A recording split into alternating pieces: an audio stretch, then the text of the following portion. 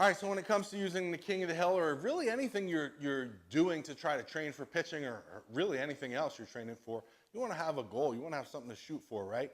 So what I like to do is set a SMART goal before I get even started training on the King of the Hill. What a SMART goal is just that it's an acronym. It stands for specific, measurable, attainable, realistic, and timely, okay? So what is something specific, measurable, attainable, realistic, and timely? There's two that I can think of when using the King of the Hill. Obviously, measurement-wise, we can measure where we're at, right? So a good goal, again, is to get 2 full turns. So the only thing we have to add to that to make it a SMART goal is in how long. So maybe you want to get 2 full turns by the end of this season. So maybe it's 3-4 months from now. You're trying to get 2 full turns from where you started and still have the same click. So that's a great first SMART goal with the King of the Hill.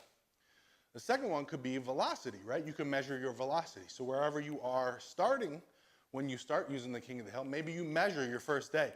You get up on the mound without using the King of the Hill, you warm up, obviously, and then you throw a pitch, you get your velocity, see where you're at, and then you can set a SMART goal on where you want to be velocity-wise. So you could say, all right, maybe I got on the mound at, 72. Let's say you're, a young high schooler or middle schooler, say, I'm throwing 72 right now.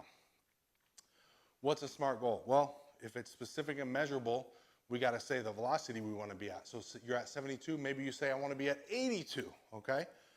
82, is it attainable and realistic? Yeah, from 72 to 82, that's absolutely attainable and realistic. It's going to be tough, don't get me wrong, but it's not unrealistic. If you were at 72 and said I want to throw 100, come on now, all right? And it's a little unrealistic. There's only a handful of guys in the world that could throw 100 miles an hour.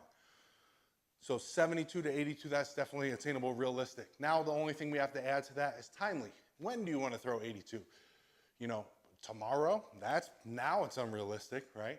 But is it a month from now, 2, 3, 4 months, 6 months, by the end of the year? What is it? So put a time limit on that. Just make sure it's specific, measurable, attainable, realistic, and timely. So those are 2 good ones that you could use for 2 good goals that you could set for using your King of the Hill. So do that now, write them down, put them up on your wall, right by your door, whatever it is. So you have to look at them every single day so you know what you're working for when you get on the King of the Hill.